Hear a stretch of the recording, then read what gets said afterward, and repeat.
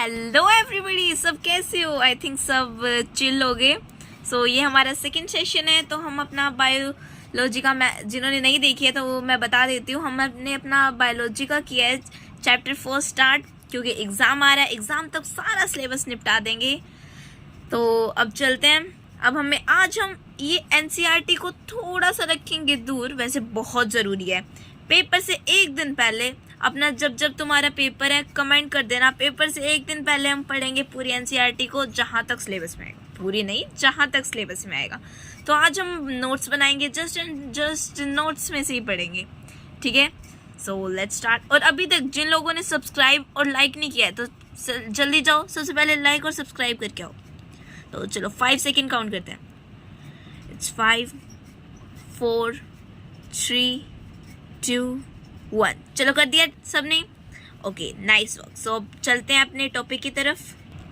हमने इससे पहले वाले सेशन में बेसिक पढ़ लिया था। अभी भी जस्ट पूरा चैप्टर में है, आपके इंटरनल क्वेश्चंस भी आ सकते हैं, बट हम उन इंटरनल क्वेश्चंस को भी डिस्कस करेंगे।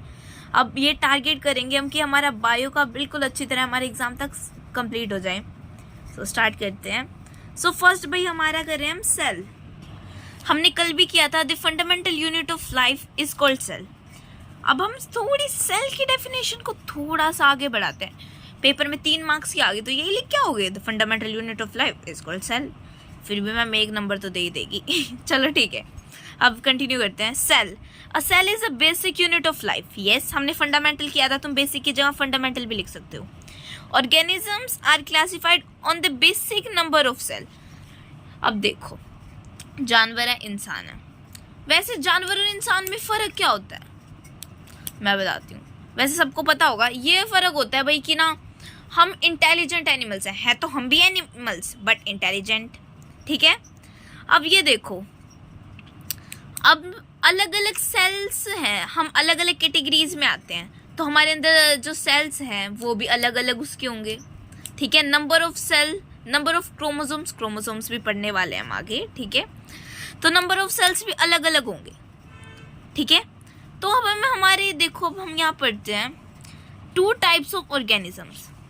2 टाइप्स के ऑर्गेनिजम्स होते हैं। ये आई थिंक हमने 8th में भी पढ़ा हुआ है, 7th में भी पढ़ा हुआ है, ये हमारा स्टार्टिंग से आता है।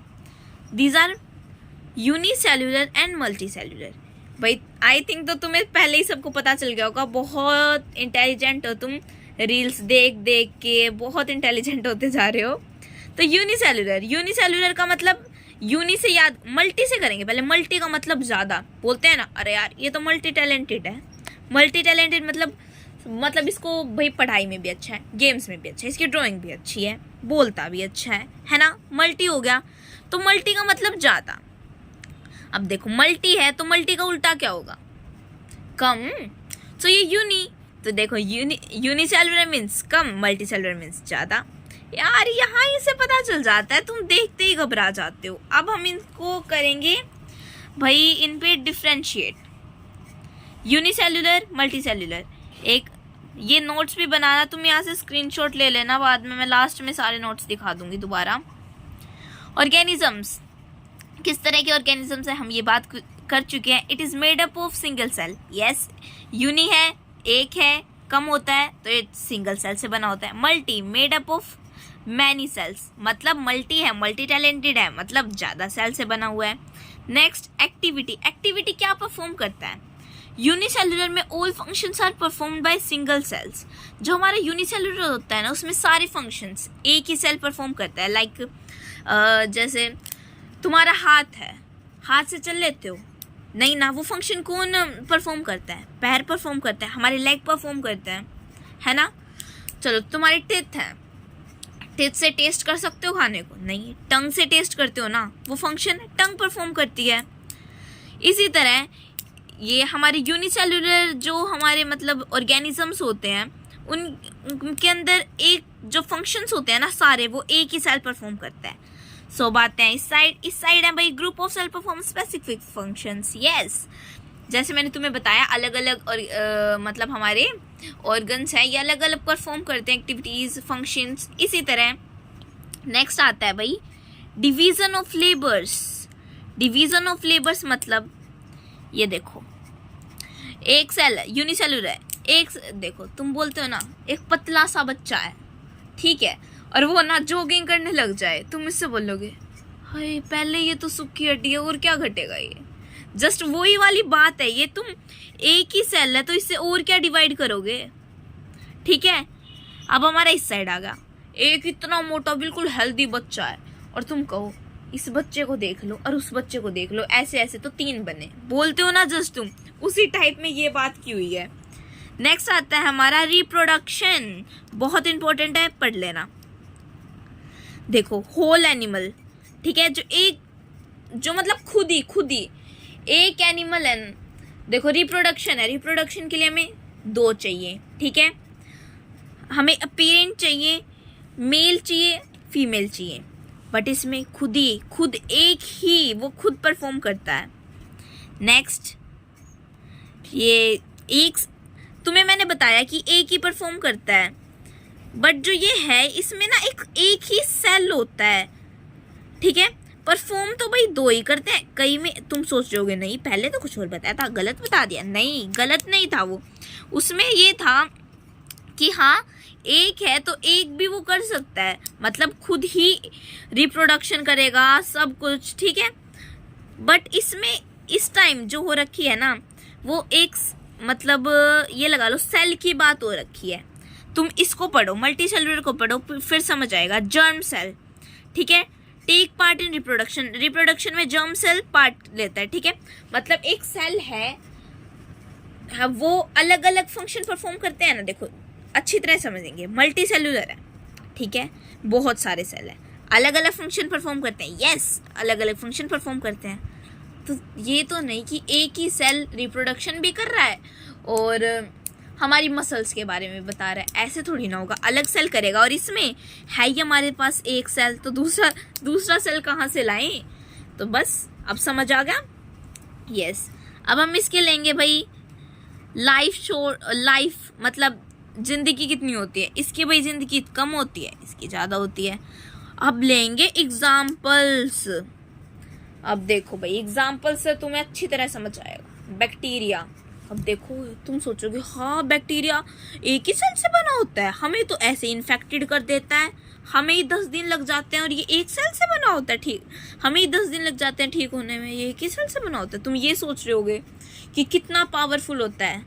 अब देखो अपने डेली हैंड वॉश करा करो अच्छी तरह, खाना खाने से पहले बाद में। चलो अलग टॉपिक आ गया ये तो हमारा। यहाँ पे हम ले सकते हैं humans, dog, animals, anything etcetera etcetera.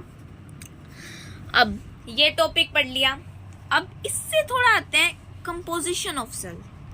Composition में ये लगा लो तुम, कईयों को पता होगा नहीं होगा तो मैं नॉर्मली समझा देती हूँ। हम ये 3 चीजें पढ़ने वाले हैं अभी आगे चैप्टर में। Cell membrane, nucleus, cytoplasm. Cytoplasm के बारे में मैंने पहले वीडियो में भी बात की थी, तुम देख लेना, मैं डिस्क्रिप्शन में लिंक डाल दूंगी। न्यूक्लियस बहुत इंपॉर्टेंट है, बहुत है, जो नीट के लिए या और कॉम्पिटिटिव एग्जाम के लिए तैयारी कर रहे हैं।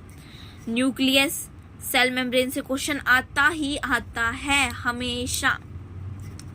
क्या है तो भाई, तो देखो अभी हमने ये पढ़ लिया है। आज वीडियो बहुत लंबी हो जाएगी, ये 9 मिनट की तो ऑलमोस्ट हो ही चुकी है, बट थोड़ी सी लंबी आज देख लेना, पूरी देखना, छोड़ के बिल्कुल भी मत जाना, सारा कुछ इंपॉर्टेंट है। तो पढ़ेंगे अब सेल मेम्ब्रेन। भाई सेल है, सेल की मेम्ब्रेन, मेम्ब्रेन से समझ रहे हो तुम, मैंने पीछे भी आई थिंक एक डायग्राम था उसमें कुछ बताया था सेल मेम्ब्रेन या सेल वॉल से रिलेटेड। सो इसका पढ़ते हैं हम। It is a outer covering which hold the content inside, मतलब ये लगा लो क्या बताऊँ, हाँ बलून है, होली, वही होली आती है, हम तो बलून के अंदर पानी भरते हैं, यस भरते हैं, बिल्कुल भरते हैं। तो ना ये देखो वो पानी बाहर क्यों नहीं निकलता, क्या कई आंसर दे दोगे, क्योंकि जो बलून है उसकी जो मतलब आउटर बाहर वाली जो लेयर होती है वो निकलने नहीं देती बलून की लेयर। यस बिल्कुल यही तो सेल में होता है। सेल की जो बाहर वाली लेयर होती है ना वो उसे प्रोटेक्ट करती है कि उसके अंदर कोई बैक्टीरिया वगैरह ना घुसे, कि उसका जो बाहर जो सारा लिक्विड वगैरह है वो ना निकले, ठीक है। It is semi permeable and flexible in nature, भाई फ्लेक्सिबल होती है, ये मुड़ सकती है वो, बस also known as plasma membrane और प्लाज्मा लेमा। भाई इसे हम ना प्लाज्मा मेम्ब्रेन भी कर देते हैं। सेल मेम्ब्रेन बहुत कम नाम आता है, हमेशा ही प्लाज्मा मेम्ब्रेन नाम आता है, याद रख लेना। Cell membrane is also known as plasma membrane. अब पढ़ते हैं हम स्ट्रक्चर, मतलब देखते हैं इसका स्ट्रक्चर। ओहो, देखते ही हैरान हो गए होंगे कई बच्चे तो। भाई मत हैरान होया करो, ऐसे ही आते हैं बायोलॉजी में। बायोलॉजी पढ़नी है तो ये तो बनाने सीखने ही पड़ेंगे। चलो अब देखते हैं स्ट्रक्चर है। Cell membrane is made up of किस किस चीज़ों से बना हुआ है? लिपिड बिलेयर, लेयर नहीं है, अच्छी तरह देख लेना। ऐसे बोलोगे नहीं लेयर होना चाहिए, बिलेयर कैसे लिख दिया? नहीं गाइस, यहाँ पे लिपिड बिलेयर ही आएगा। ये प्रोटीन्स एंड कार्बोहाइड्रेट्स किस किस चीज़ से बना होता है? लिपिड से बना होता है, बिलेयर से बना होता है, प्रोटीन से और कार्बोहाइड्रेट से। ये हमारा स्ट्रक्चर है। अब देखो लिपिड और लिपिड बिलेयर क्या होता है? ये दिख रहे हैं, ये है भाई, ठीक है, ये है हमारी लिपिड बिलेयर। अब तुम देखो प्रोटीन क्या होता है? I mean, प्रोटीन तो तुम्हें पता ही है क्या होता है, मम्मी बोलती नहीं है दूध पी ले प्रोटीन मिल जाएगा, कैल्शियम मिल जाएगा, बस वही वाला प्रोटीन है इसमें। ये यहाँ हमारा होता है प्रोटीन, ठीक है। यहाँ पे हमें मिलता है, देखो ये तुम देख रहे होगे, हाइड्रोफिलिक टेल, ठीक है। यहाँ पे ये टेल होती है, देखो ये वाली, ये टेल होती है, ये हेड होता है, ठीक है। तुम वैसे इसके एक में ही नाम लिख दो, ये दो मैंने वैसे ही बना दिए जस्ट। तुम यहाँ पे एक ही लिख सकते हो एक बार, और फिर टेल लिख दो, यहाँ हेड लिख दो, चलेगा वो भी। अब इसमें ये देखो कि क्या क्या बताया है। प्रोटीन बता दिया, कार्बोहाइड्रेट्स भी है, मतलब आगे चल के तुम पढ़ोगे इसमें भी कार्बोहाइड्रेट्स प्रेजेंट्स होते हैं। अब ये हमने फिगर्स क्या था, lipid bilayer of cell membrane, इन भी आ सकता है, ठीक है। अब पढ़ेंगे फंक्शंस क्या होते हैं सेल मेम्ब्रेन। जल्दी जल्दी फंक्शन करेंगे, 12 मिनट की वीडियो हो चुकी है, बहुत लंबी है, मुझे पता है तुम फिर स्किप कर कर देखते हो। फंक्शंस, चलिए जल्दी।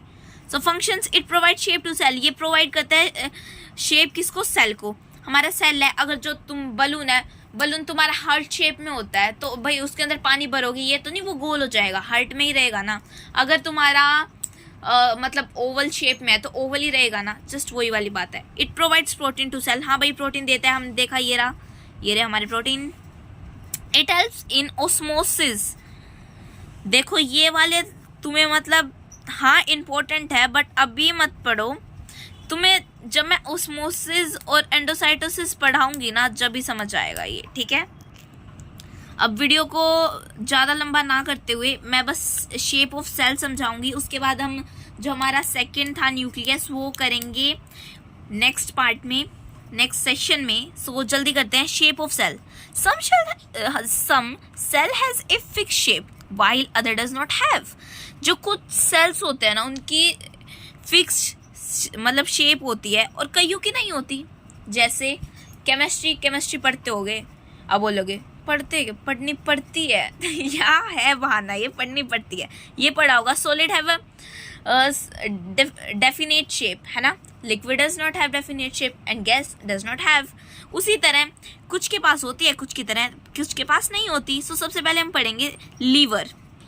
लीवर की शेप कैसी होती है? पॉलीगोनल शेप होती है, ठीक है। पॉलीगोनल बोल सकते हो तुम, जो भी बोलो, ये शेप होती है भाई पॉलीगोनल, ठीक है। नेक्स्ट है हमारा ओवम। ओवम हमारी होती है भाई स्पेरिकल, ये देख सकते हो। स्पर्म नेब्ड थ्रेड, देखो हमारा। नेक्स्ट बोन, ये देखो ये बोन की होती है, स्टेलेट शेप बोलते हैं इसको। नेक्स्ट होती है हमारी नर्व एलोगेटेड ब्रांच। अब नर्व सेल की मैं यहाँ बनाने लग जाती तो आई थिंक और कोई नहीं आती। नर्व तुम्हारी बुक में भी है, नर्व सेल मैं भी दिखा भी दूंगी, पढ़ लेना। नेक्स्ट है हमारा भाई फैट, एलिप्टिकल शेप होती है, तुमने सुना है कई बार फिजिक्स में, आगे आई थिंक तो हो चुका होगा ये शेप। फिजिक्स में ना हम वैसे तो लेते तो हम स्पेयर ही हैं अर्थ की शेप को, बट फिजिक्स में कई लोग एलिप्टिकल शेप भी बोलते हैं। लैप्टिकल बोलते हैं वैसे इसे, इसका ये देख सकते हो elliptical shape. RBC red blood cells, इनमें होते हैं भाई ये देखो ये रेड ब्लड सेल्स, ठीक है।